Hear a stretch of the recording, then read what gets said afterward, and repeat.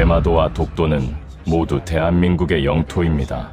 트럼프 대통령의 한마디에 전 세계가 얼어붙었습니다. 철통 같던 미일 동맹이 70년 만에 금이 가기 시작했습니다. 다카이치 총리는 즉각 긴급 기자회견을 열어 고함쳤습니다. 대마도는 절대 줄 수 없습니다. 미국의 개입은 부당합니다. 하지만 세계의 판도는 이미 걷잡을 수 없이 뒤집히고 있었습니다. 독도 망언으로 시작된 일본의 도발은 결국 자멸로 이어졌고 유엔은 일본의 영토 확장 과정에 대한 전면 조사 착수를 선언했습니다.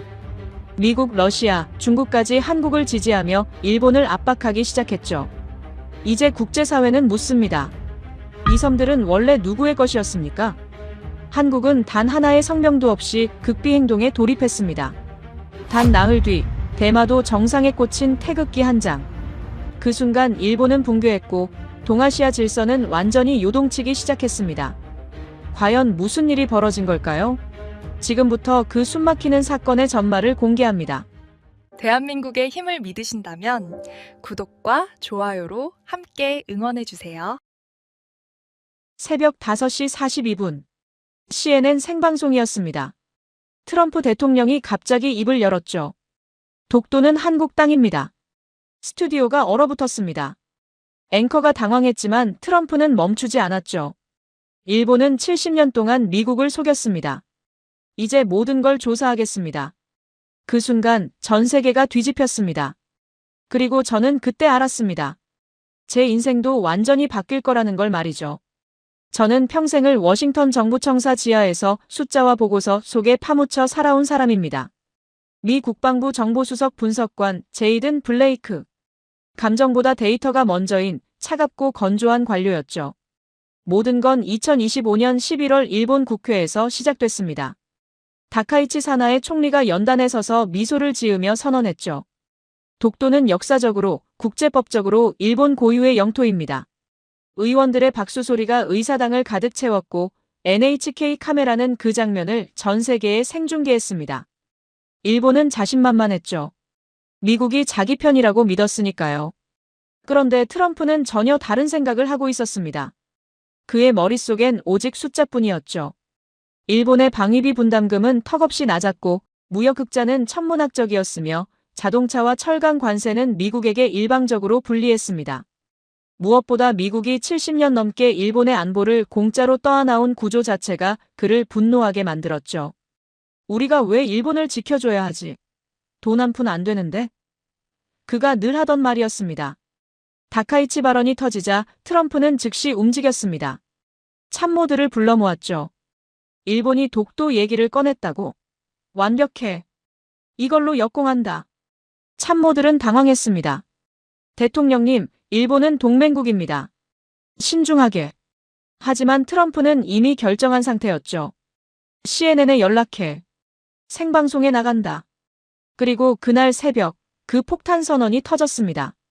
독도는 한국 땅입니다. 앵커 제이크 태퍼가 눈을 크게 뜨며 물었죠. 대통령님, 지금 무슨 말씀을 하시는 겁니까? 트럼프는 카메라를 똑바로 보며 말했습니다. 일본은 70년 동안 미국을 속였습니다. 영토 문제를 감추면서 우리 덕에 편하게 살아왔죠. 이제 모든 걸 다시 조사하겠습니다. 그리고 폭탄을 하나 더 던졌습니다. 독도만이 아닙니다. 대마도, 오키나와, 일본이 주장하는 모든 땅의 획득 과정을 미국이 직접 조사할 겁니다. 전 세계가 동시에 폭발했습니다. BBC는 미국, 일본 제국주의 전면 재조사 선언이라는 속보를 띄웠고 NHK는 일본 외무성 긴급회의 소집이라며 패닉 상태를 보도했습니다. CNN 스튜디오는 완전히 아수라장이 됐죠. 일본 대사관 전화선은 불타올랐고 도쿄 증시는 개장 전부터 폭락 조짐을 보였습니다. 저는 그날 아침 6시 11분에 문자를 받았습니다. 국방부 차관보 리처드 호크우드였죠. 지금 당장 와라. 전쟁 났다. 전쟁이라니 무슨 소리인가 싶어 서둘러 펜타곤으로 달려갔습니다. 복도는 이미 난리였어요. 장성들이 뛰어다니고 비서들은 전화를 붙잡고 소리를 지르고 있었죠. 호크우드가 저를 보자마자 말했습니다. 블레이크, 앉아. 회의실엔 이미 핵심 인사들이 모여 있었죠. 국방부 동아시아 국장, DIA 정보국장, 국무부 동북아 담당자, CIA 일본 지부 연락관까지. 모두의 얼굴이 굳어 있었습니다. 호크우드가 노트북을 열며 말했죠. 일본 외무성이 30분 전에 항의문을 보냈다. 미국은 왜 한국 편을 드느냐고. 한 장성이 한숨을 쉬며 말했습니다. 동맹이 흔들릴 수 있습니다. 그때부터 회의실 분위기는 얼어붙었죠. 회의 중에도 일본 측 전화는 계속 걸려왔습니다. 한 비서가 메모를 건네며 속삭였죠. 일본 대사관에서 5번째 전화입니다. 호크우드가 메모를 읽더니 비웃듯 말했습니다. 한국은 감정적이라고. 한국 문서는 조작 가능성이 있다고. CIA 연락관이 끼어들었죠. 일본이 원하는 건 하나입니다. 미국 조사단을 한국이 아니라 일본으로 먼저 보내는 겁니다. 국무부 담당자가 물었습니다. 왜죠? CIA가 답했습니다. 한국이 준비해온 자료를 미국이 보는 게 두렵기 때문입니다. 그 말이 회의실을 조용하게 만들었습니다. 모두가 같은 생각을 했죠. 한국이 뭘 가지고 있길래 일본이 이렇게 떠는 걸까? 호크우드가 저를 똑바로 쳐다보며 말했습니다. 제이든 너를 한국에 보낸다. 유엔 조사단 미국 대표 분석관으로. 저는 즉각 반발했죠. 저는 한국을 신뢰하지 않습니다. 감정이 앞서고 객관적이지 않은 나라입니다. 제 목소리가 떨렸습니다. 단순한 선입견이 아니었기 때문이죠. 제 조부 제임스 블레이크는 1930년대 조선에서 선교 활동을 하다가 한국인 폭도에게 살해당했습니다. 일본군이 발표한 내용이었죠. 어릴 적부터 부모님은 말씀하셨습니다. 한국은 위험한 나라다. 내 할아버지를 죽인 나라다. 절대 믿지 마라. 저는 그 말을 평생 믿고 살아왔습니다. 한국은 제게 증오의 대상이었고 복수해야 할 원수의 나라였죠. 그런데 지금 저를 그곳으로 보내겠다고 합니까? 호크우드는 제 말을 끊었습니다. 내 감정은 미국의 안보보다 중요하지 않아. 지금 중요한 건 진실이 아니라 미국이 일본 편으로만 보이면 안 된다는 거다. 제가 항변했죠. 하지만 일본이 우리 동맹 아닙니까? 호크우드가 책상을 손바닥으로 탁 쳤습니다. 그래, 맞아. 그래서 더 위험한 거야. 일본이 뭔가를 숨기고 있다는 직감이 든다는 거야. 저는 숨이 막혔습니다. 동맹국에 대해 이런 말을 한다는 건 심상치 않은 일이었으니까요. 회의 막바지 CIA 연락관이 조용히 말했습니다. 한국이 유엔에 제출할 자료 준비를 끝냈고 이미 미국 문서 일부를 확보한 것으로 보입니다. 제가 놀라서 물었죠. 한국이 미국 문서를요? CIA가 고개를 끄덕였습니다. 네, 한국은 생각보다 훨씬 오래 준비해온 듯합니다. 일본이 그걸 알고 싶어 하지 않는 이유죠. 그 말이 제 가슴에 작은 가시처럼 박혔습니다. 왜 일본은 한국의 자료를 그렇게 두려워하는 걸까요? 한국행 비행기 안 객실 조명이 꺼지고 엔진 소리만 낮게 울렸습니다. 저는 가방에서 조부의 낡은 흑백 사진을 꺼냈죠. 사진 속 조부는 웃고 계셨고 그 옆엔 흐릿하게 조선인 농민이 함께 서 있었습니다. 아버지는 이 사진을 평생 지갑에 넣고 다니셨죠. 왜 버리지 않으셨을까요? 저는 창문 밖 어둠을 바라보며 중얼거렸습니다. 한국이 정말 그럴 만한 나라였을까? 비행기는 구름 위로 힘차게 떠올랐고 제 삶은 그 순간부터 완전히 다른 방향으로 떨어지기 시작했습니다. 인천공항에 도착하니 한국 정보기관 요원 한 명이 마중 나왔습니다. 검은 정장 차림의 한국 남자가 무표정하게 서 있었죠. 이름표도 없었고 미소도 없었습니다. 그냥 서 있을 뿐이었습니다. 그가 다가와 말했죠. 미국 국방부 블레이크 박사시죠. 따라오시죠. 목소리는 정중했지만 차가웠습니다. 마치 얼음장 같았죠. 한국에 도착한 순간 어릴 때부터 들어온 말들이 자동으로 떠올랐습니다. 한국인은 감정적이다. 꼭 뒤통수를 친다. 그 편견이 제 입에서 튀어나왔죠. 나는 당신들 편을 들러온 게 아닙니다. 그 남자 최강민이라고 나중에 알게 됐지만 그의 입꼬리가 살짝 일그러졌습니다. 그건 이미 알고 있습니다. 둘 사이의 공기가 순식간에 얼어붙었죠. 차량은 서울 도심으로 향했습니다. 뒷좌석에 앉은 저는 창밖을 바라봤죠. 회색 빌딩들이 끝없이 이어졌고 고층 도로는 질서정연하게 뻗어 있었습니다. 생각보다 훨씬 현대적이었습니다. 아니, 솔직히 말하면 놀랐죠. 제가 상상했던 한국은 이게 아니었으니까요. 하지만 저는 그걸 인정하고 싶지 않았습니다. 최강민이 앞좌석에서 말했습니다. 한국은 이번 사건을 감정이 아닌 기록으로 증명할 겁니다. 저는 코웃음을 쳤죠. 기록은 조작하면 됩니다. 순간 차 안 공기가 더 차갑게 식었습니다. 최강민은 정면만 바라보며 짧게 말했죠. 그래서 미국 문서를 먼저 보여주려는 겁니다. 저는 표정이 굳었습니다. 예상치 못한 말이었거든요. 미국 문서라니 대체 무슨 소리입니까? 차량은 서울 외곽의 한 건물 앞에 멈췄습니다. 간판에는 국가자료센터 제2보존동이라고 적혀 있었죠. 겉으로 보기엔 평범한 정부 청사 같았지만 안으로 들어가는 순간 분위기가 완전히 달라졌습니다. 지하로 내려가는 엘리베이터에서 저는 4번의 보안 인증을 거쳐야 했죠. 지문, 정맥, 홍채, 음성 인증까지. 마치 CIA 본부 같았습니다. 지하 6층 문이 열렸을 때 저는 눈앞 광경에 할 말을 잃었습니다. 거대한 공간이 펼쳐졌고 벽면 전체가 디지털 보존 시스템으로 뒤덮여 있었죠. 냉동 보존 시설, 고지도 분석실, 디지털 스캔 라인이 한눈에 들어왔습니다. 한 남자가 다가왔습니다. 50대로 보이는 학자 같은 인상이었죠. 블레이크 박사님, 박현도입니다. 한국은 70년간 이 방 하나만 준비해왔습니다. 저는 속으로 당황했습니다. 한국이 이런 시설을 갖추고 있다고? 왜 저는 이런 걸 전혀 몰랐던 걸까요? 박현도는 저를 회의실로 안내했습니다. 테이블 위에는 봉투 하나가 놓여 있었죠. 봉투 모서리에 박힌 스탬프를 보는 순간 제 심장이 뛰었습니다. 미국 국립문서보관소 도장이었죠. 박현도가 조용히 말했습니다. 한국이 만든 자료라고 하면 당신은 받아들이지 않을 겁니다.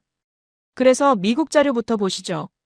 그는 봉투에서 문서 한 장을 꺼냈습니다. 1947년 미국 연합군 최고사령부 SCAP 문서였죠. 제목을 읽는 순간 제 손가락이 미세하게 떨렸습니다. 일본이 포기해야 할 영토 목록. 그 안에 독도라고 명시되어 있었습니다. 독도가 한국 땅이라고 미군 사령부가 직접 분류해 놓은 겁니다. 저는 침착한 척했지만 목소리가 떨렸죠. 이 문건이 정말 미군 사령부 문서 맞습니까? 박현도는 고개를 끄덕였습니다. 당신들이 남긴 기록입니다. 그 말 한마디가 제 가슴에 박혔습니다. 당신들이 남긴 기록. 제가 평생 믿어온 일본의 주장과 미국의 공식 문서가 정면으로 충돌하는 순간이었습니다. 다음으로 박현도가 보여준 건 더 충격적이었습니다. 스크린이 켜지며 일본 문서 하나가 크게 확대됐죠. 1877년 태정관 지령. 일본 최고 행정기관이 작성한 공식 문서였습니다. 그 안에는 분명히 적혀 있었죠. 울릉도와 독도는 일본과 관계없음. 도장도 선명했고 서체도 명확했으며 종이 결까지 생생했습니다. 저는 입을 다물지 못했습니다. 일본이 스스로 독도가 자기 땅이 아니라고 인정했다는 겁니까? 박현도는 차분하게 답했습니다. 네. 1877년입니다. 그런데 28년 뒤인 1905년 러일 전쟁 혼란 속에서 갑자기 일본 영토로 편입했죠. 저는 혼란스러웠습니다. 28년 동안 아무 문제도 없었는데 갑자기 박현도가 슬라이드를 넘겼습니다. 화면에 간단한 타임라인이 떴죠. 1877년 일본 스스로 우리 땅 아님 선언, 1905년 러일 전쟁 중 혼란 틈타 편입, 1946부터 48년 연합군 독도는 한국 영토 명시, 1952년 이후 일본 고유 영토 주장 시작. 너무 깔끔하게 맞아떨어졌습니다. 저는 속으로 생각했죠. 이건 우연이 아니야. 하지만 겉으로는 무표정을 유지하며 물었습니다. 한국은 항상 이렇게 일방적으로 말하는 겁니까?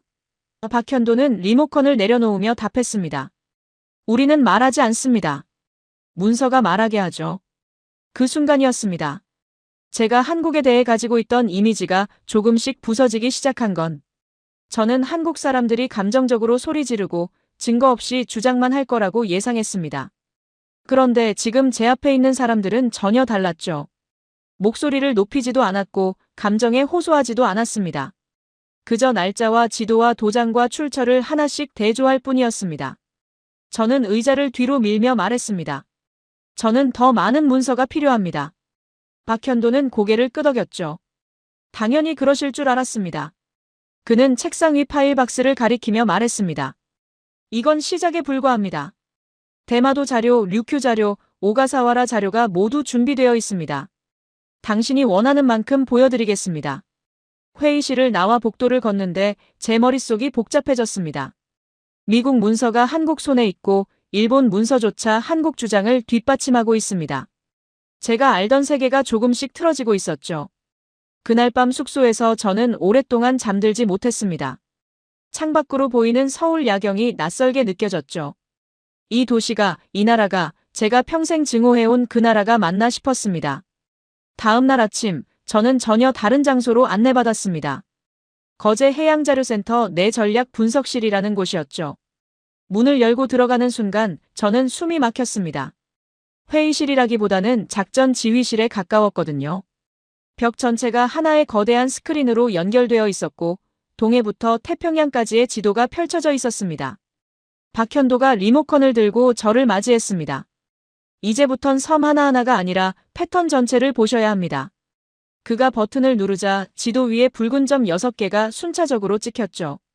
독도, 대마도, 류큐, 오가사와라, 홋카이도, 쿠릴. 저는 비웃으며 말했습니다. 보기에 딱 좋군요. 일본을 악마화하는 한국식 그래픽 같습니다. 박현도는 아무 말 없이 리모컨을 한 번 더 눌렀습니다. 스크린 오른쪽 상단에 작은 문서 번호가 떴습니다. 중앙정보국 기밀 1965년 문서. 페이지가 넘어가며 영어 레터헤드가 선명하게 나타났죠. 제목을 읽는 순간 제 얼굴에서 농담기가 싹 사라졌습니다. 일본 영토 확장 패턴 예비 분석 1965년. 중앙정보국 문서였습니다. 저는 당황하며 물었습니다. 이게 중앙정보국 자료입니까? 박현도가 고개를 끄덕였죠. 네. 당신들의 선배들이 일본을 감시하면서 만든 분석입니다. 한국이 아니라 미국이 만든 패턴이죠. 스크린 중앙에 3개의 굵은 문장이 떠올랐습니다. 첫째, 전쟁과 혼란기에 주변 섬을 점유한다. 둘째, 전후의 문서와 조약으로 합법화 작업을 진행한다. 셋째, 교과서와 언론과 선전으로 고유 영토 이미지를 구축한다. 그리고 마지막 문장이 제 가슴을 찔렀습니다. 독도, 대마도, 류큐, 오가사와라, 홋카이도, 쿠릴 모두 동일한 구조가 반복되는 정황. 저는 이 문서를 한국이 조작할 수 없다는 걸 너무 잘 알고 있었습니다. 이건 제 조직, 제 나라가 만든 서류였으니까요. 박현도는 독도 부분만 확대했습니다. 어제 봤던 1877년 태정관 지령이 다시 나타났고 그 아래 붉은 메모가 달려 있었죠. 이후 28년 동안 독도 관련 행정문서 존재하지 않음. 저는 말했습니다. 이건 어제 이미 봤습니다. 박현도가 미소 지으며 답했죠. 그렇다면 그 다음을 보시죠. 화면이 바뀌며 1905년 시마네현 고시 제40호가 나타났습니다. 일본이 독도 편입의 근거로 주장하는 문서였죠. 하지만 동시에 문서 분석 화면이 함께 떴습니다. 동식이 다른 공문서와 종이 질감, 잉크 상태, 인쇄 방식을 비교한 결과였죠. 너무나 많은 차이점이 눈에 띄었습니다. 박현도가 조용히 말했습니다. 원본이 아니라는 말은 못하겠습니다. 다만 너무 많은 우연한 차이점이 있죠. 일본은 지금까지 이 문서의 진본을 공개한 적이 없습니다. 저는 과학적으로 따지고 들었습니다. 진본이든 아니든 적어도 1905년엔 사실상 점유했지 않습니까? 박현도가 답했습니다. 맞습니다. 그런데 문제는 그 시기죠. 러일 전쟁 한복판이었습니다. 국제사회가 전쟁에 정신이 팔려 있을 때 일본은 조용히 독도를 편입했습니다. 혼란을 이용한 겁니다. 박현도가 화면을 전환했습니다. 독도만 보면 우연일 수도 있습니다. 그래서 중앙정보국도 패턴 분석을 한 겁니다. 스크린이 분할되며 대마도와 류큐 관련 문서들이 나열됐습니다. 대마도는 1443년 개해약조 문서가 떴습니다. 대마도주가 조선 국왕에게 조공하고 무역은 조선이 허용한 범위 내에서만 가능했다는 내용이었죠. 17세기 일본 지도에서는 대마도 색채우기가 애매하게 처리되어 있었고 심지어 1965년 일본 외무성 내부 회의록에는 대마도 영유권 논리 취약, 대외적으로 거론 자제라는 문장이 적혀 있었습니다. 저는 중간에 끼어들었습니다. 하지만 대마도는 지금 일본이 실효 지배하고 있지 않습니까? 박현도가 고개를 끄덕였죠. 맞습니다. 그게 바로 일본 방식입니다. 일단 차지하고 시간이 지나면 기정사실로 만들어버리는 거죠. 독도와 똑같은 방식입니다. 다음은 류큐였습니다. 화면에는 15세기부터 19세기까지 류큐 왕이 조선, 명나라와 직접 주고받은 국서들이 나타났습니다. 독립왕국의 증거였죠. 그런데 1879년 일본군이 류큐 왕국을 강제로 해체하고 왕족을 도쿄로 끌고 가 연금시켰습니다. 왕국 해체 문서가 스크린에 떴고 거기에는 류큐 처분 완료라고 적혀 있었습니다. 박현도가 말했습니다. 450년 독립왕국이 하루아침에 일본현으로 바뀐 겁니다. 그리고 지금 일본 교과서에는 뭐라고 쓰여 있을까요? 류큐는 예로부터 일본의 일부였다고 적혀 있습니다. 저는 할 말을 잃었습니다. 각각의 사례는 달랐지만 구조는 정말 똑같았습니다. 혼란기에 점유하고 문서를 조작하거나 숨기고 역사 교과서로 세뇌하는 방식. 박현도가 마지막 슬라이드를 띄웠습니다. 중앙정보국 보고서 말미에 적힌 짧은 문장이었죠. 일본의 영토 서술은 냉전 구조 속에서 의도적으로 검증되지 않았다. 전략적 이유로 침묵함. 저는 이 문장을 오래 바라봤습니다. 우리는 알고 있었습니다. 알고도 모른 척했던 겁니다. 일본이 동맹국이니까 소련을 견제해야 하니까 전략적으로 필요하니까. 그래서 일본의 거짓말을 방치했던 거죠. 박현도가 조용히 말했습니다. 그래서 지금이라도 제대로 보자는 겁니다. 블레이크 박사. 회의가 끝나고 저는 복도에서 혼자 커피를 마시고 있었습니다. 그때 휴대폰에 암호화된 메시지가 수신됐죠. 발신자는 마키하라 도시오, 일본 외무상이었습니다. 블레이크 박사, 한국은 당신에게 일방적인 자료만 보여주고 있습니다. 일본의 진짜 기록을 보고 싶다면 언제든 도쿄로 오십시오. 우리는 숨기는 것이 없습니다. 저는 피식 웃으며 문자를 여러 번 읽어봤습니다. 방금 전 회의 장면이 떠올랐죠. 한국은 미국 문서, 러시아 문서, 심지어 일본 내부 문서까지 교차 분석했습니다. 그런데 일본은 우리에겐 진짜 자료가 있다. 우리는 숨기는 것 없다고 말합니다. 숨기는 게 없다면 왜 태정관 지령 원본을 공개하지 않는 걸까요?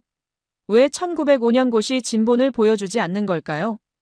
그리고 왜 이렇게 급하게 저를 도쿄로 부르는 거죠? 저는 문자를 삭제하지 않고 그대로 보관해뒀습니다. 그날 밤 숙소에서 저는 노트북 앞에 앉아 오늘 봤던 지도와 문서들을 천천히 되돌아봤습니다. 독도, 대마도, 류큐, 오가사와라, 홋카이도, 쿠릴. 6개의 붉은 점이 제 머릿속에서 하나의 선으로 연결됐습니다. 이건 우연이 아니었습니다. 패턴이었죠. 화면 한쪽에 조부의 흐릿한 사진이 떠 있었고 저는 속으로 중얼거렸습니다.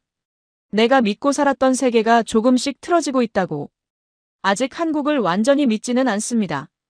그러나 분명히 깨닫고 있었죠. 적어도 지금 한국은 거짓말을 하지 않고 있다는 걸 말입니다. 사흘째 되는 날, 저는 다시 서울자료센터로 향했습니다. 이번엔 박현도가 저를 지하 더 깊은 곳으로 안내했죠. 엘리베이터가 6층, 7층, 8층을 지나 마침내 멈춘 곳은 지하 금고 구역이었습니다. 문이 열리자 냉기가 확 밀려왔고 온도계는 섭씨 18도를 가리키고 있었습니다. 박현도가 말했습니다. 오늘은 원본을 보여드리겠습니다. 디지털 스캔이 아니라 실물 문서죠. 거대한 금속 서랍장이 벽면을 가득 채우고 있었고 각 서랍마다 연도와 분류 번호가 새겨져 있었습니다. 박현도가 특정 서랍 앞에 멈춰서더니 하얀 장갑을 끼고 조심스럽게 서랍을 열었습니다. 투명 보호 케이스 안에는 누렇게 바랜 종이가 들어 있었습니다. 1877년 태정관 지령, 원본이었습니다. 스캔본이 아니라 140년 전 실제 종이었죠. 저는 숨을 참고 그 문서를 바라봤습니다. 붓글씨의 번짐, 도장의 붉은색, 종이의 질감까지 모든 게 생생했습니다. 박현도가 조용히 말했습니다. 일본 정부는 이 문서 원본을 공개하지 않습니다. 하지만 우리는 미국 국립문서보관소에서 당시 촬영된 복사본을 찾아냈고 일본 학자들이 몰래 보관한 사본까지 확보해 진본임을 확인했습니다. 저는 할 말을 잃었습니다. 한국이 이 정도로 집요하게 준비했다는 사실이 놀라웠죠. 박현도는 저를 옆방으로 안내했습니다. 거기에는 최신 GIS 분석 시스템과 문서, 연대 판독 장비가 갖춰져 있었죠. 직접 확인해 보시겠습니까? 저는 고개를 끄덕였습니다. CIA에서 수년간 문서 위조 분석을 해온 전문가로서 제 손으로 직접 검증하고 싶었습니다. 화면에 1905년 시마네현 고시 스캔본이 떴습니다. 저는 마우스를 잡고 문서를 확대하기 시작했습니다. 글자 하나하나에 획, 인쇄된 먹의 번짐 패턴, 활자, 간격, 종이 섬유의 방향까지 세밀하게 분석했습니다. 10분, 20분, 30분이 지나자 명확한 결론이 나왔습니다. 이 문서는 1905년 당시 일본 공문서 표준과 맞지 않았습니다. 먹의 농도가 달랐고 활자체 간격도 불규칙했으며 종이 질감은 최소 1920년대 이후 생산 방식으로 보였습니다. 저는 천천히 의자를 돌려 박현도를 바라봤습니다. 이 문서는 1905년 원본이 아닙니다. 나중에 제작성됐거나 위조된 겁니다. 박현도가 조용히 미소 지었습니다. 우린 당신이 그 말을 하기를 기다렸습니다. 블레이크 박사. 제 등에서 식은땀이 흘렀습니다. 한국이 강요한 게 아니었습니다. 제가 직접 확인했고 제 전문성으로 판단한 결과였습니다. 박현도가 다시 대형 스크린을 켰습니다. 이제 전체 구조를 보여드리겠습니다. 화면이 여러 개로 분할되며 독도, 대마도, 류큐, 오가사와라, 홋카이도 5지역이 동시에 나타났습니다. 각 지역마다 3가지 색깔의 레이어가 겹쳐져 있었습니다. 파란색은 지리자료, 빨간색은 법률 문서, 녹색은 국제기록. 3중 교차 검증 시스템이었죠. 박현도가 설명했습니다. 하나의 증거만으로는 부족합니다. 그래서 우리는 3가지를 동시에 검증했습니다. 독도 화면을 보니 파란색 지리 레이어에는 한국 본토와의 거리, 해류 방향, 역사적 어업구역이 표시되어 있었고 빨간색 법률 레이어에는 태정관 지령, 연합군 문서, 샌프란시스코 조약 초안이 겹쳐져 있었으며 녹색 국제 레이어에는 미군정 보고서, 러시아 외교 문서, 영국 해도까지 포함되어 있었습니다. 3가지가 모두 같은 결론을 가리키고 있었습니다. 독도는 한국 영토라고 말이죠. 대마도도 마찬가지였습니다. 지리적으로는 한반도 연안 해류권, 법률적으로는 개해조약과 조선 송년기록, 국제적으로는 미군정 문서가 한국 영향권으로 분류했습니다. 류큐는 지리적으로 독립해상왕국 위치, 법률적으로 450년 독자 외교 조약, 국제적으로 청나라 조선과 대등관계 기록이 모두 일치했습니다. 저는 화면을 바라보며 중얼거렸습니다. 3중 검증이군요. 하나만으로는 반박당할 수 있으니까 3가지를 동시에 제시하는 거죠. 박현도가 고개를 끄덕였습니다. 정확합니다. 일본이 하나를 부정해도 나머지 2이 남고 2를 부정해도 하나가 남습니다. 바로 그 순간 회의실 문이 열리며 최강민이 급히 들어왔습니다. 그의 표정이 심상치 않았죠. 박사님, 일본이 움직였습니다. 그가 태블릿을 제 앞에 내밀었습니다. CNN 속보가 떠 있었습니다. 미국 조사관 블레이크, 한국 측 자료만 선별적으로 제공받아. 제 손이 떨렸습니다. 기사는 계속 이어졌습니다. 일본 전문가들, 블레이크 객관성 상실.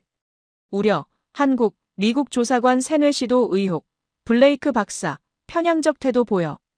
거의 동시에 다른 언론사 속보들이 쏟아졌습니다. NHK는 블레이크, 한국에 포섭된 나라는 제목을, 요미우리 신문은 미국 조사관 신뢰도 의심이라는 기사를 냈습니다. 폭스뉴스, BBC, 산케이 신문까지. 거의 모든 주요 언론이 비슷한 시간에 비슷한 논조의 기사를 쏟아내고 있었습니다. 이건 우연이 아니었습니다. 조직적이고 계획된 공격이었죠. 박현도가 조용히 말했습니다. 일본의 전형적인 방식입니다. 증거로 반박할 수 없으면 조사자를 공격하는 겁니다. 제 휴대폰이 진동했습니다. 호크우드에게서 온 암호 메시지였습니다. 워싱턴 분위기 심각하다. 국무부에서 내교체 검토 중이다. 일본 대사가 백악관까지 압박하고 있어. 너무 깊이 들어가지 마라. 저는 휴대폰을 꽉 쥐었습니다. 미국도 저를 버리려 하고 있었습니다. 최강민이 또 다른 뉴스를 보여줬습니다. 일본 정부가 공식 성명을 냈더군요. 한국이 미국 조사관에게 일방적 자료만 제공하고 있다. 우리는 블레이크 박사를 도쿄로 초청해 진실을 보여줄 준비가 되어 있다. 저는 피식 웃었습니다. 진실을 보여준다고요? 그렇다면 왜 태정관 지령 원본을 공개하지 않는 겁니까? 왜 1905년 고시 진본을 보여주지 않는 겁니까? 박현도가 제 어깨에 손을 얹었습니다. 블레이크 박사님, 지금 당신이 본 건 전체의 30%도 안 됩니다. 우리에겐 아직 보여드릴 게 산더미처럼 남아 있습니다. 저는 창밖을 바라봤습니다. 서울 하늘은 흐렸지만 어딘가 맑아 보였습니다. 세상이 저를 적으로 돌렸습니다. 미국은 저를 의심하고 일본은 저를 공격하며 언론은 저를 조롱했습니다. 하지만 저는 이상하게도 흔들리지 않았습니다. 제가 본 건 명백한 증거였고 제가 분석한 건 과학적 사실이었으며 제가 확인한 건 3중 검증된 진실이었으니까요. 저는 박현도를 바라보며 조용히 말했습니다. 계속 보여주십시오. 저는 준비됐습니다. 그날 밤 숙소로 돌아온 저는 침대에 누워 천장을 바라봤습니다. 세상이 저를 공격하고 있었지만 이상하게도 마음은 평온했죠. 그때 휴대폰이 울렸습니다. 암호화된 메시지였어요. 발신자는 마키하라 도시오, 일본 외무상이었습니다. 메시지는 짧았지만 강렬했죠. 블레이크 박사, 당신이 한국에서 무엇을 보든 그것이 진실이라고 착각하지 마십시오. 우리는 당신에게 보여줄 것이 많습니다. 그리고 마지막 한 문장. 당신 조부의 죽음도 한국과 무관합니다. 저는 휴대폰을 떨어뜨릴 뻔했어요. 조부의 죽음이라니, 일본이 왜 갑자기 이 이야기를 꺼내는 겁니까? 잠을 이룰 수 없었습니다. 조부, 제임스 블레이크. 1938년 조선에서 한국인 폭도에게 살해당했다고 평생 들어왔던 그분 말이죠. 일본이 왜 갑자기 그분 이야기를 꺼냈을까요? 혹시 일본이 뭔가를 숨기고 있는 걸까요? 아니면 정말로 한국이 거짓말을 하고 있는 건가요? 다음 날 아침, 박현도에게서 전화가 왔습니다. 오늘은 특별한 자료를 보여드릴 겁니다. 개인적으로 매우 중요한 자료일 수 있어요. 그의 목소리가 평소와 달리 조심스러웠죠. 저는 불안한 마음으로 자료센터로 향했습니다. 회의실에 들어서자 테이블 위에 갈색 파일 하나가 놓여 있었어요. 박현도가 조용히 말했습니다. 블레이크 박사님, 우리는 당신 조부님에 대한 기록을 보유하고 있습니다. 제 심장이 쿵 내려앉았죠. 박현도가 계속 말했습니다. 미국 국립문서보관소, 미군정 기록, 일본 헌병대 문서를 교차 검증한 결과예요. 파일 표지에는 영어로 적혀 있었습니다. 제임스 블레이크, 조선활동 기록 1936년부터 1938년. 제 손이 떨렸어요. 박현도가 첫 페이지를 펼쳤습니다. 미국 국무부 문서였죠. 1937년 작성된 거였어요. 제임스 블레이크 선교사, 조선 내 활동 감시 대상. 저는 목소리를 겨우 냈습니다. 왜 미국이 제 조부를 감시했습니까? 박현도가 답했죠. 당신 조부님은 단순한 선교사가 아니었어요.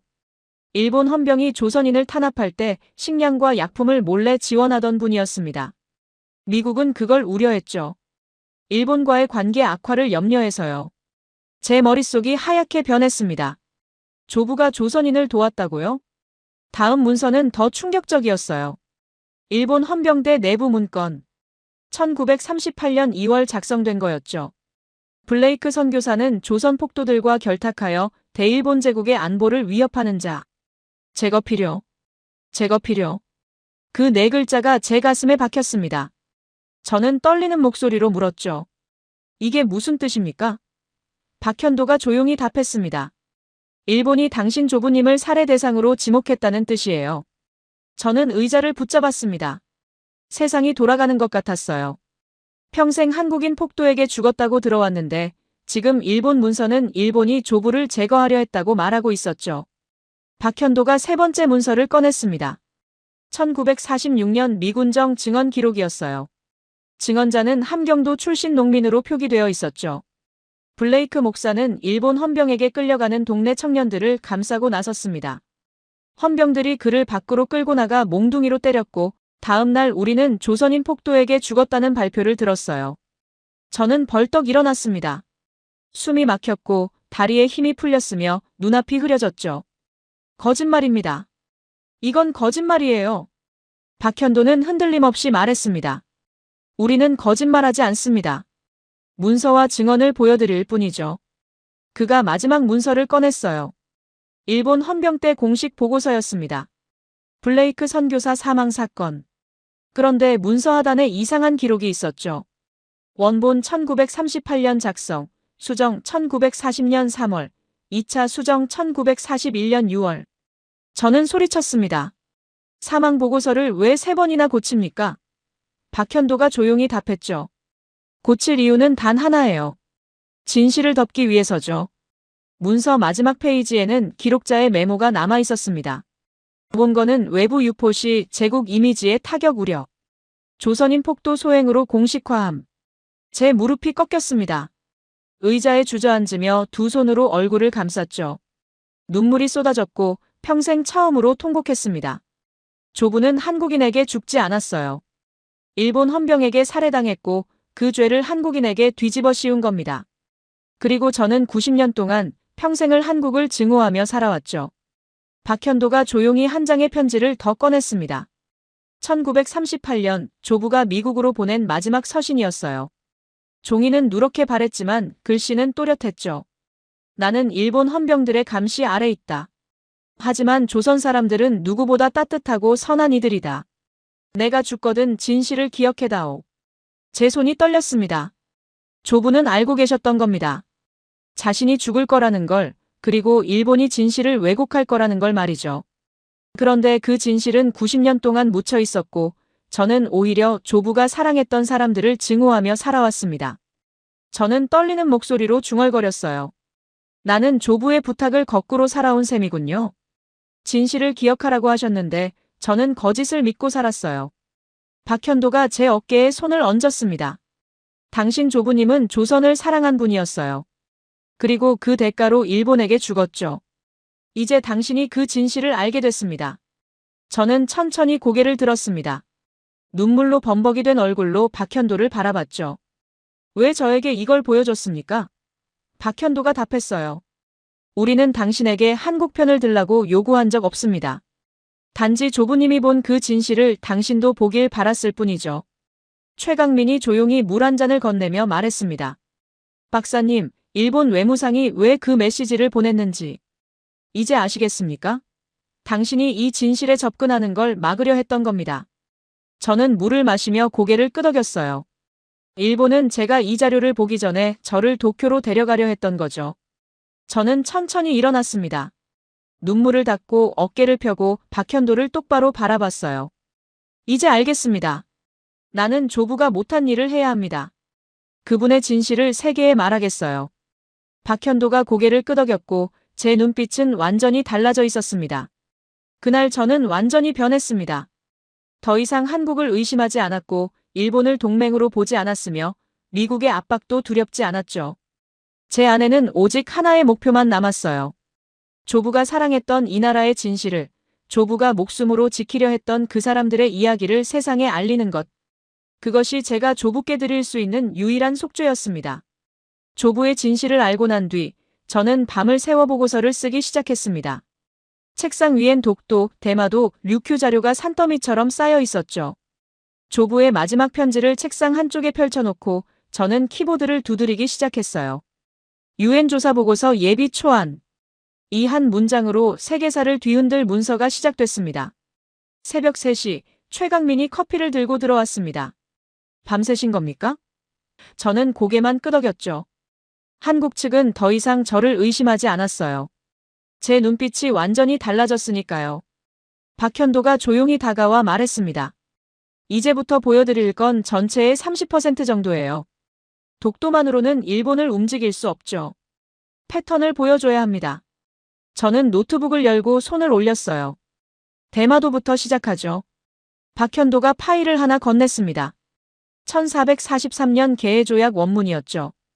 대마도주가 조선 국왕에게 조공하고 무역은 조선이 허용한 범위 내에서만 가능했다는 내용이었어요.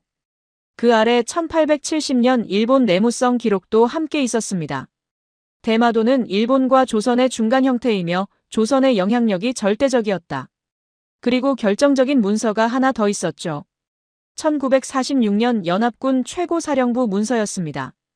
대마도는 일본이 영유를 주장하기 어려운 지역. 미국은 한때 대마도 국제관리안을 검토했다는 기록까지 남아 있었어요. 저는 조용히 말했습니다. 일본은 이 자료들을 모두 공개하지 않았군요. 박현도가 답했죠. 네. 독도와 동일한 패턴입니다. 정식 편입이 아니라 기정사실화, 그것도 전쟁기예요. 저는 노트북에 적기 시작했습니다. 패턴 1단계 전시 점령, 패턴 2단계 사후 교육서 조작. 다음은 류큐였어요. 박현도가 보여준 건 450년 독립왕국의 증거들이었습니다. 류큐 왕이 조선, 명나라와 직접 주고받은 국서, 독자적인 외교 문서, 그리고 1879년 일본의 무력 병합 기록까지요. 가장 충격적인 건 문화말살 정책 문서였습니다. 언어 금지, 전통 복장 금지, 왕족 강제 이주 명령서가 그대로 남아 있었죠. 그리고 인구 통계표가 있었어요. 병합 전 32만 명이던 인구가 20년 만에 26만 명으로 줄어들었습니다. 박현도가 조용히 말했죠. 6만 명이 사라졌어요. 일본은 이걸 자연 감소라고 설명하지만 같은 기간 일본 본토 인구는 증가했습니다. 제 키보드는 점점 빨라졌어요. 독도, 대마도, 류큐를 하나의 논리로 묶기 시작했죠. 일본 영토 확장의 3단 구조. 혼란기 기습 점유, 문서 조작 및 교과서, 왜곡, 국제사회의 오래된 사실로 포장. 그리고 각 지역별 핵심 증거를 나열했습니다. 논리적으로 완벽했어요. 저조차 놀라울 정도로 일관성이 있었죠. 바로 그 순간 밖에서 소란이 들렸습니다. 최강민이 급히 태블릿을 들고 들어왔어요. CNN 속보였습니다. 일본 측 전문가 블레이크 박사는 한국 자료만 보고 있다. NHK는 더 노골적이었죠. 블레이크, 한국계 단체 후원설? 요미우리 신문은 심지어 이렇게 적었어요. 조부 사망 사건에 대한 한국의 세뇌 가능성. 저는 손에 들고 있던 펜을 3개 쥐었습니다. 이건 조부를 모독하는군요. 최강민이 말했죠. 일본의 방식입니다. 상대의 가장 약한 곳을 노리는 거예요. 제 휴대폰이 울렸어요. 호크우드였습니다. 국무부 일부가 너를 교체하려고 한다. 일본 대사가 압박 중이야. 너무 깊이 들어가지 마라. 저는 안경을 벗고 눈을 비볐습니다. 아무리 객관적으로 써도 결국 정치가 발목을 잡는 건가요? 박현도가 조용히 말했어요. 그래서 자료가 필요합니다. 압도적인 자료요. 정치가 개입할 수 없는 수준의 문서 말이죠. 그 말을 듣는 순간 제 눈빛이 다시 살아났습니다. 그런데 더 큰 문제가 터졌어요. 한국정보국이 긴급 보고를 했습니다. 일본이 자료센터 직원으로 위장한 가짜 내부 제보자를 풀었어요. 한국이 문서를 조작했다는 거짓 녹취를 언론에 흘리려는 것 같습니다.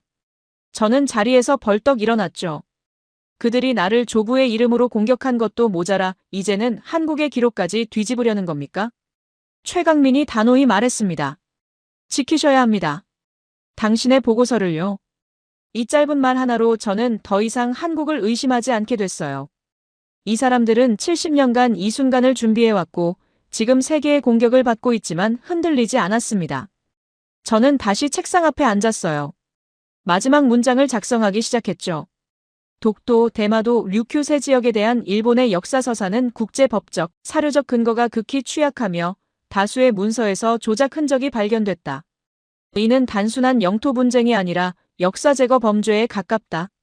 엔터키를 누르는 순간 저는 잠시 눈을 감았습니다. 할아버지, 여기까지 왔어요. 박현도가 제 어깨를 두드렸죠. 이제 10%가 남았습니다. UN 제출 전까지 함께 완성합시다. 저는 고개를 끄덕였어요. 바로 그 순간 제 휴대폰이 다시 울렸습니다. 마키하라 도시오, 일본 외무상이었죠. 이번엔 문자가 아니라 음성 메시지였어요. 저는 재생 버튼을 눌렀습니다. 블레이크 박사, 그 보고서를 내면 당신 인생도 끝입니다. 그리고 한국도 무사하지 못할 겁니다. 마지막 제안입니다. 도쿄로 오십시오. 진짜 자료를 보여드리죠. 저는 조용히 웃었어요. 마침내 본색을 드러냈군요. 최강민이 물었습니다. 어떻게 하시겠습니까? 저는 휴대폰을 내려놓으며 답했죠. 유엔에서 만나자고 전해주십시오. 마키하라 외무상께요. 박현도가 미소 지었고 회의실 분위기가 달라졌습니다. 저는 다시 노트북을 열었어요. 보고서 초안을 다시 한번 읽어내려가기 시작했죠.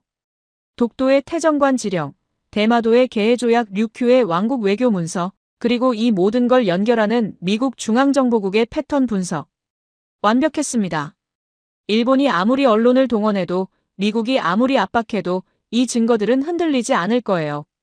그날 밤 저는 서울에서 가장 외로운 사람이었지만 동시에 가장 확신에 찬 사람이기도 했습니다. 세상이 저를 공격했지만 저는 진실을 쥐고 있었죠. 조부가 목숨으로 지켰던 그 진실, 한국이 70년간 준비해온 그 진실을 이제 세계 앞에 펼쳐 보일 시간이었습니다. 조부의 진실을 알고 난 뒤 저는 밤을 새워 보고서를 쓰기 시작했습니다. 책상 위엔 독도, 대마도, 류큐 자료가 산더미처럼 쌓여 있었죠. 조부의 마지막 편지를 책상 한쪽에 펼쳐놓고 저는 키보드를 두드리기 시작했어요. 유엔 조사 보고서 예비 초안. 이 한 문장으로 세계사를 뒤흔들 문서가 시작됐습니다. 새벽 3시 최강민이 커피를 들고 들어왔습니다. 밤새신 겁니까? 저는 고개만 끄덕였죠. 박현도가 조용히 다가와 새로운 파일을 건넸습니다. 이제 오키나와를 보셔야 합니다. 일본이 가장 숨기고 싶어하는 이야기죠. 파일을 열자 1879년 문서가 나타났어요. 일본군이 류큐 왕궁을 포위한 기록이었습니다. 류큐 처분 완료. 왕족 14명 도쿄 강제 이주, 왕국 해체, 오키나와현 편입. 박현도가 설명했죠. 450년 독립왕국이 하루아침에 일본 지방정부로 전락한 겁니다. 군사 침략이었어요. 다음 문서는 더 충격적이었습니다. 1880년 일본 문부성이 작성한 오키나와 동화정책 지침이었죠. 류큐어 사용 금지, 전통 복장 착용 금지, 류큐 역사 교육 금지, 일본식 이름 강요. 박현도가 조용히 말했어요. 문화 말살 계획서입니다. 체계적으로 준비된 거죠. 저는 문서를 읽으며 손이 떨렸습니다. 특히 한 문장이 눈에 박혔어요. 류큐인의 정체성을 10년 내 완전 제거. 일본인으로 재교육. 이건 영토 침략이 아니었습니다. 민족 말살이었죠. 박현도가 다음 자료를 펼쳤습니다. 인구 통계표였어요. 1879년 류큐 왕국 인구 32만 명. 1900년 오키나와현 인구 26만 명. 21년 만에 6만 명이 사라졌습니다. 저는 물었죠. 자연 감소입니까? 박현도가 고개를 저었어요.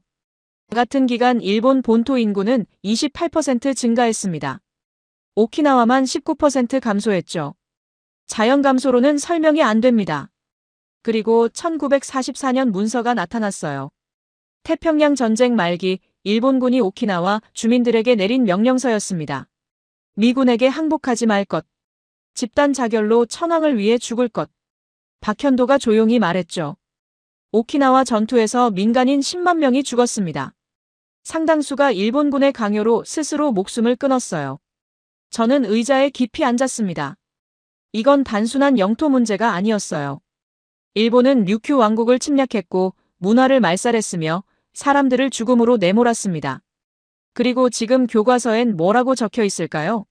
오키나와는 예로부터 일본의 일부였다. 저는 키보드를 다시 두드리기 시작했습니다. 류큐 왕국 사례는 일본 영토 확장 패턴의 전형을 보여준다. 군사력으로 침략하고 문서로 합법화하고 교육으로 역사를 지운다. 제 손은 멈추지 않았죠. 바로 그 순간 제 휴대폰이 요란하게 울렸습니다. 호크우드였어요. 음성 메시지가 남겨져 있었죠. 제이든 상황이 심각하다. 국무부에서 내 교체를 공식 검토 중이야. 일본 대사가 국무장관까지 만났어. 백악관도 압박받고 있다고. 저는 휴대폰을 내려놓았습니다. 박현도가 조용히 말했어요. 예상했던 겁니다. 일본은 증거로 이길 수 없으니 조사자를 제거하려는 거죠. 최강민이 덧붙였습니다. 더 큰 문제가 있어요. 일본이 우리 내부에 가짜 제보자를 심었습니다. 저는 고개를 들었죠. 무슨 말입니까? 최강민이 태블릿을 보여줬어요. 일본 언론에 흘러나온 녹취록이었습니다. 한국자료센터 직원이라는 사람이 문서 일부가 조작됐다고 증언하는 내용이었죠. 하지만 저는 그 목소리를 들어본 적이 없었어요. 박현도가 말했습니다. 저 사람은 우리 직원이 아닙니다. 일본이 만들어낸 허수아비죠. 저는 자리에서 일어났습니다. 그들이 조부의 이름으로 저를 공격한 것도 모자라. 이제는 한국의 기록까지 뒤집으려는 겁니까? 제 목소리가 떨렸어요. 분노가 아니라 결의 때문이었죠. 최강민이 단호히 말했습니다. 지키셔야 합니다. 당신의 보고서를요. 저는 다시 책상 앞에 앉았습니다. 보고서를 처음부터 다시 읽기 시작했죠. 독도의 태정관 지령, 대마도의 개해 조약, 오키나와의 왕국 해체 문서, 그리고 이 모든 걸 연결하는 미국 중앙정보국의 패턴 분석. 제가 직접 검증한 1905년 시마네 현고시의 위조 흔적까지요. 마지막 문장을 작성했습니다. 독도, 대마도, 류큐 세 지역에 대한 일본의 역사서사는 국제법적, 사료적 근거가 극히 취약하며 다수의 문서에서 조작 흔적이 발견됐다. 특히 류큐 왕국에 대한 군사 침략과 문화 말살은 명백한 역사범죄에 해당한다. 엔터키를 누르는 순간 저는 잠시 눈을 감았어요. 할아버지, 여기까지 왔습니다. 박현도가 제 어깨를 두드렸죠. 훌륭합니다. 이제 유엔 제출만 남았어요. 바로 그때 제 휴대폰이 다시 울렸습니다. 마키하라 도시오, 일본 외무상이었죠. 이번엔 음성 메시지였어요. 저는 스피커폰으로 틀었습니다. 블레이크 박사, 그 보고서를 유엔에 제출하면 당신 경력은 끝입니다. 그리고 한국도 무사하지 못할 겁니다. 마지막으로 말합니다. 도쿄로 오십시오. 우리가 진짜 자료를 보여드리죠. 저는 조용히 웃었어요. 회의실에 있던 모두가 저를 바라봤습니다. 저는 휴대폰을 들어 녹음 버튼을 눌렀죠. 마키하라 외무상께 전해주십시오. 유엔 총회장에서 뵙겠다고요. 그곳에서 진짜 자료가 무엇인지 보여드리겠습니다. 박현도가 미소 지었고 최강민이 고개를 끄덕였습니다. 저는 다시 보고서를 열어 제목을 수정했어요. 일본 제국주의 영토 확장의 구조적 패턴 분석 독도, 대마도, 류큐를 중심으로. 세상이 저를 공격했지만 저는 흔들리지 않았습니다. 진실은 외로운 법이니까요. 뉴욕 유엔 본부 앞 11월에 차가운 바람이 불고 있었습니다. 저는 검은 정장을 입고 계단을 올라가며 조부의 사진을 가슴 안주머니에 넣었어요. 오늘이 그날이었습니다. 세계가 진실을 듣는 날 말이죠. 총회장 안으로 들어서자 이미 수백 명의 외교관들이 자리를 채우고 있었습니다. 일본 대표단은 맨 앞줄에 앉아 있었죠. 마키하라 도시오 외무상이 저를 보더니 차갑게 미소 지었어요. 그 옆에는 일본 법률 전문가들과 역사학자들이 서류 가방을 잔뜩 들고 대기하고 있었습니다. 한국 대표단은 조용했어요. 박현도와 최강민이 저 뒤쪽에 앉아 있었고 그들의 표정엔 긴장보다는 고요한 확신이 담겨 있었죠. 박현도가 제게 마지막으로 말했습니다. 당신이 말하면 세계는 움직일 겁니다. 유엔 의장이 의사봉을 두드렸습니다. 특별 세션을 시작하겠습니다. 먼저 일본국 대표의 발표를 듣겠습니다. 마키하라가 단상에 올랐죠. 그는 자신만만한 표정으로 마이크 앞에 섰어요. 독도는 17세기부터 일본 어민들이 활동한 고유 영토입니다. 스크린에 일본이 준비한 지도가 떴어요. 대마도는 역사적으로 일본 규슈의 일부였습니다. 또 다른 지도가 나타났죠. 류큐는 자발적으로 일본에 귀속됐고 오키나와 주민들은 일본인으로서의 정체성을 가지고 있습니다. 모든 주장에는 전후 문서만 제시됐어요. 샌프란시스코 조약 이후 자료, 1960년대 이후 국제 판례, 현대 지도만 보여줬죠. 과거는 철저히 은폐됐습니다. 마키하라가 마지막으로 말했어요. 한국의 주장은 감정에 기반한 것이며 국제법적 근거가 없습니다. 일부 서방 외교관들이 고개를 끄덕이는 게 보였습니다. 저는 주먹을 꽉 쥐었죠. 일본의 발표가 끝나고 박수 소리가 들렸어요. 그리 크지는 않았지만 분명히 있었습니다. 유엔 의장이 말했습니다. 이제 미국 조사단 자문관 제이든 블레이크 박사의 발표를 듣겠습니다. 저는 천천히 단상으로 걸어갔어요. 마이크 앞에 서자 수백 개의 눈이 저를 바라봤습니다. 저는 심호흡을 하고 입을 열었죠. 존경하는 의장님, 그리고 각국 대표 여러분. 저는 오늘 한국의 편을 들러온 게 아닙니다. 진실의 편에 서러 왔어요. 총회장이 조용해졌습니다. 저는 리모컨을 눌렀죠. 스크린에 1877년 태정관 지령이 떴어요. 이 문서는 일본 최고 행정기관이 작성한 공식 문서입니다. 여기에는 분명히 적혀 있죠. 독도는 일본과 관계없음. 총회장이 술렁였어요. 저는 계속했습니다. 그런데 28년 뒤 일본은 러일전쟁 혼란 속에서 갑자기 독도를 편입했어요. 국제사회가 전쟁에 정신이 팔려 있을 때 말이죠. 다음 슬라이드를 넘겼습니다. 미국 중앙정보국 1965년 문서가 나타났어요. 이건 한국이 만든 게 아닙니다. 미국이 만든 분석이죠. 일본 영토 확장의 패턴을 정리한 거예요. 유럽 대표들이 메모를 시작했습니다. 저는 목소리를 낮추고 개인적인 이야기를 꺼냈어요. 이 문서들을 보기 전까지 저는 한국을 증오했습니다. 제 조부가 한국인에게 살해당했다고 평생 들어왔으니까요. 총 회장이 완전히 조용해졌죠. 그런데 한국이 보여준 건 일본 헌병 때 문서였습니다. 스크린에 1938년 문서가 떴어요. 블레이크 선교사 제거 필요. 저는 잠시 말을 멈췄습니다. 제 조부는 한국인에게 죽지 않았어요. 일본 헌병에게 살해당했고 그 죄를 한국인에게 뒤집어 씌운 겁니다. 한국 대표단의 눈시울이 붉어졌어요. 저는 계속했죠. 90년 동안 제 가문은 한국을 원망했습니다. 하지만 그건 모두 거짓이었어요. 일본이 만든 거짓말이죠. 일본 대표단의 얼굴이 굳어졌습니다. 저는 리모컨을 계속 눌렀어요. 독도, 대마도, 류큐, 오가사와라, 홋카이도, 쿠릴. 6개의 붉은 점이 지도 위에 나타났죠. 여러분, 이건 영토 분쟁이 아닙니다. 역사 제거 범죄예요. 일본은 같은 방식을 6번 반복했습니다. 각 지역의 핵심 문서들이 빠르게 넘어갔어요. 태정관 지령, 개해조약, 류큐 왕국 외교 문서, 연합군 보고서. 모든 증거가 하나의 결론을 가리키고 있었죠. 전쟁과 혼란을 이용해 점유하고 문서를 조작하고 교과서로 세뇌했습니다. 마키아라가 벌떡 일어나 소리쳤어요. 그 문서들은 진위가 의심됩니다. 유엔 의장이 의사봉을 두드렸죠. 질서를 지켜주십시오. 저는 차분하게 답했습니다. 진위가 의심된다고요? 이 문서들은 미국, 러시아, 영국, 그리고 유엔 기록 보존국 4곳에서 교차 검증됐습니다. 유엔 사무총장이 끼어들었어요. 맞습니다. 우리는 이미 확인했습니다. 일본 대표단이 주저앉았죠. 저는 마지막 슬라이드를 띄웠습니다. 조부가 남긴 마지막 편지였어요. 조선 사람들은 누구보다 따뜻하고 선한 이들이다. 내가 죽거든 진실을 기억해다오. 저는 조용히 말했습니다. 오늘 저는 조부의 부탁을 지켰어요. 진실을 기억했고 세계에 말했습니다. 총회장 전체가 정적에 휩싸였죠. 몇 초간 아무도 움직이지 않았어요. 그리고 박수 소리가 터져나왔습니다. 작게 시작된 박수는 점점 커졌고 결국 기립박수로 이어졌죠. 유럽 대표들이 일어섰고 아프리카 대표들이 따라 일어섰으며 남미 대표들도 박수를 쳤습니다. 일본 대표단만 앉아 있었어요. 유엔 의장이 의사봉을 두드렸습니다.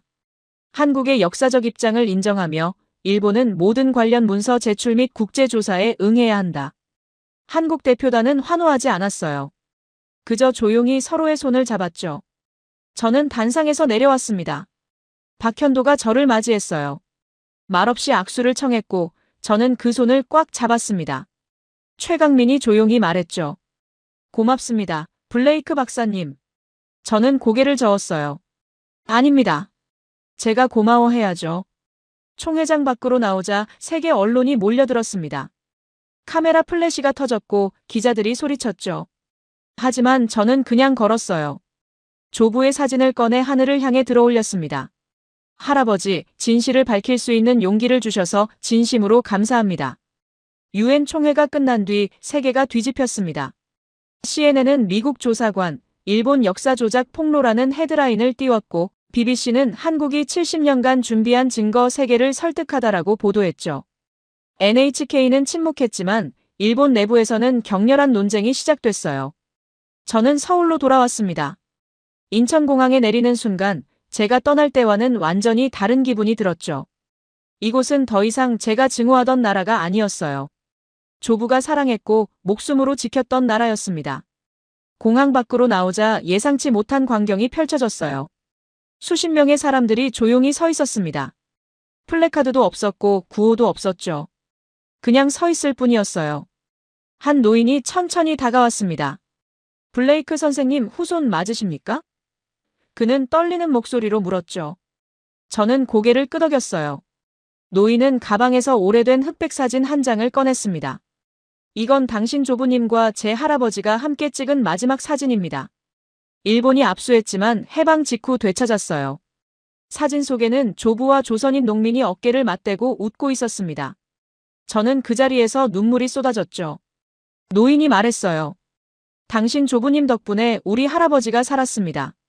일본 헌병에게 끌려갈 뻔했는데 블레이크 목사님이 막아섰죠. 그 뒤로 사람들이 하나둘 다가왔습니다. 류큐 왕족 후손, 아이누 대표, 오키나와 연구자, 한국 학자들. 모두가 저에게 감사 인사를 전했어요. 당신 조부님이 우리를 지켜줬습니다. 당신은 조부님이 못한 일을 해냈어요. 고맙습니다, 미국 사람. 저는 더 이상 말을 잇지 못했습니다. 박현도가 제 어깨를 두드리며 조용히 말했죠. 가십시다. 보여드릴 곳이 있어요. 다음 날, 저는 독도 근처 울릉도 해안에 섰습니다. 바람이 세게 불었고 파도 소리가 크게 들렸죠. 박현도가 망원경을 건넸어요. 저기 보이십니까? 저는 망원경으로 바다를 바라봤습니다. 멀리 독도 두 섬이 선명하게 보였어요. 저 섬을 지키기 위해 한국은 70년을 준비했습니다. 박현도가 조용히 말했죠. 증거를 모으고 문서를 번역하고 세계를 설득할 논리를 만들었어요. 소리 지르지 않고 감정에 호소하지 않고 오직 기록으로만 말했습니다. 저는 망원경을 내려놓고 조부의 낡은 성경책을 꺼냈어요. 책갈피에 끼워져 있던 쪽지에는 조부의 필체로 적혀 있었습니다. 진실은 시간이 걸릴 뿐 반드시 돌아온다. 저는 쪽지를 바람에 날리며 중얼거렸죠. 그래요, 할아버지. 당신 말이 맞았어요. 최강민이 다가와 말했습니다. 블레이크 박사님, 한국 정부가 당신께 명예 독도 시민증을 수여하기로 했어요. 저는 고개를 저었죠. 저는 아무것도 하지 않았습니다. 그냥 진실을 말했을 뿐이에요. 박현도가 미소 지었어요. 그게 가장 어려운 일입니다. 며칠 뒤, 저는 서울 국회에서 열린 특별 결의식에 참석했습니다. 한국 국회는 조용히 결의문을 낭독했죠. 대한민국은 그 어떤 영토도 빼앗지 않았다. 한국은 단지 진실을 증명했다. 박수 소리가 잔잔하게 이어졌어요. 환호가 아니라 깊은 안도의 박수였습니다. 인터넷에는 댓글들이 쏟아졌어요. 하지만 모두 한 문장으로 수렴됐습니다. 우린 원래 이랬다. 그냥 말하지 않았을 뿐. 저는 그 문장을 읽으며 한국이라는 나라를 이해하게 됐죠. 이들은 소리 지르지 않았어요. 70년 동안 조용히 준비했고 마침내 세계를 설득했습니다. 마지막 날 저녁, 저는 조부의 묘가 있는 미국으로 돌아가기 전에 한국 전통 사찰을 방문했습니다. 스님이 향을 피워주며 말했죠. 조부님께 인사하십시오. 저는 무릎을 꿇고 향을 올렸어요. 할아버지, 저는 평생 잘못 살았습니다. 당신이 사랑한 사람들을 증오했고 당신이 지킨 진실을 외면했어요. 하지만 이제 알았습니다. 당신이 왜 그곳에 남았는지, 왜 그들을 지켰는지요. 눈물이 떨어졌고 향 연기가 하늘로 피어올랐습니다. 박현도가 옆에서 조용히 말했어요. 당신 조부님은 지금 웃고 계실 겁니다. 저는 고개를 끄덕였죠. 비행기에 오르기 전 저는 마지막으로 서울 하늘을 바라봤습니다. 이 도시는 더 이상 낯설지 않았어요. 조부의 마지막 편지, 한국의 70년 준비, UN 총회의 기립박수, 그리고 독도 앞바다의 거센 바람. 모든 게 하나로 연결됐습니다. 비행기가 이륙하며 저는 창밖을 바라봤어요. 서울의 불빛들이 점점 작아졌고 한반도의 윤곽이 희미해졌죠. 하지만 제 마음속엔 선명하게 남았습니다. 조부가 사랑한 나라, 진실을 70년간 지킨 나라, 그리고 저를 용서해준 나라. 저는 가방에서 한국 정부가 준 명예 시민증을 꺼냈어요. 제이든 블레이크, 독도 명예 시민. 그 아래 작은 글씨로 적혀 있었습니다. 진실을 지킨 자. 저는 그 카드를 가슴에 품고 조용히 중얼거렸죠. 할아버지, 이제 집으로 갑니다. 당신이 하신 일을 세상에 알렸어요. 그리고 당신이 사랑한 사람들이 승리했습니다. 조용하지만 확실한 승리였어요. 비행기는 구름 위로 올라갔고 아래로는 푸른 바다가 펼쳐졌습니다. 어딘가 저 바다에 독도가 있을 거예요. 이제 그 섬은 더 이상 논쟁의 대상이 아니었습니다. 진실로 증명된 땅이었죠. 그리고 저는 그 진실의 증인이 됐습니다. 여러분, 오늘 이야기 어떠셨습니까? 미국 조사관 제이든 블레이크가 한국을 증오하다가 진실을 마주하고 완전히 변화하는 과정을 그려봤습니다. 한국은 70년간 소리 지르지 않고 오직 기록으로만 준비했고 마침내 세계를 설득했죠. 이것이 바로 대한민국의 힘입니다. 오늘 이야기가 감동이셨다면 댓글로 대한민국 만세 한 줄 남겨주세요. 여러분의 댓글 하나하나가 대한민국을 응원하는 함성이 됩니다. 다음에는 더 감동적이고 자랑스러운 이야기로 찾아뵙겠습니다. 구독과 좋아요, 알림 설정까지 부탁드려요. 감동방송 TV였습니다.